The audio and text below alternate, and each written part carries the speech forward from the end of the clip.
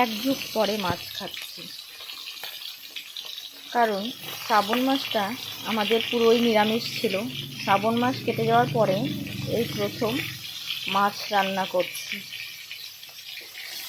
তো আজকে মাছ রান্না করছি আলু বেগুন দিয়ে।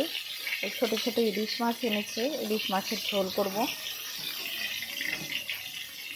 রান্নাটা একদমই সাধারণ মতন করব, কিন্তু এইভাবে খেতে আমার ভীষণই ভালো লাগে।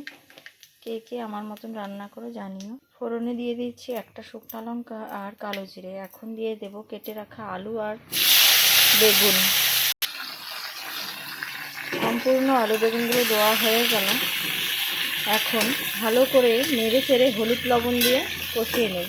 এর মধ্যে কিন্তু আর কোনো মশলাই আমি দেবো না। আমার মতন কে কে রান্না করো এভাবে জানিও কমেন্টের মাধ্যমে। আমার তো ভীষণই ভালো লাগে, একবার করে খেয়ে দেখো, তোমাদেরও ভীষণ ভালো লাগবে। তো নতুন করে অন্য ভিডিও পাওয়ার জন্য চ্যানেলটা ফলো করে রেখো। আজকের মতো এতটুকুই, দেখা হবে অন্য একটা ভিডিওর সাথে।